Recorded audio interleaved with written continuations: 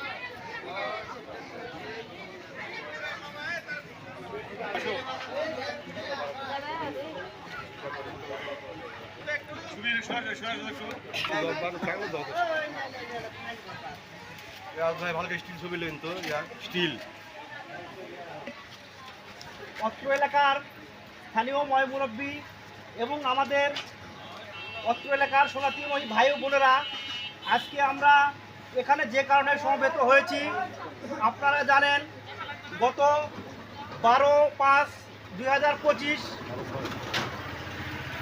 12/6/2025 আমাদের ধর্মীয় প্রতিষ্ঠান, সনাতনীদের ধর্মীয় প্রতিষ্ঠান খাগড়া মধ্য দুর্গাপুর সন্ন্যাস মন্দির এবং রাধা গোবিন্দ মন্দির এবং আমাদের এখানে একটা আটচালা রয়েছে।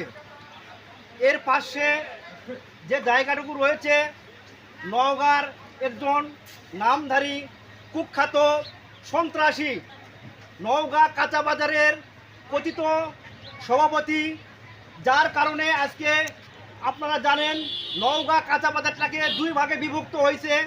সেই সন্ত্রাসী মকসেদ বাহিনী গত 12/6/2025 আমাদের এখানে আসে এবং আমাদের মন্দিরের পার্শ্ববর্তী জায়গা এবং আমাদের মন্দিরের জায়গা তার নিজস্ব জায়গা বলে দাবি করে।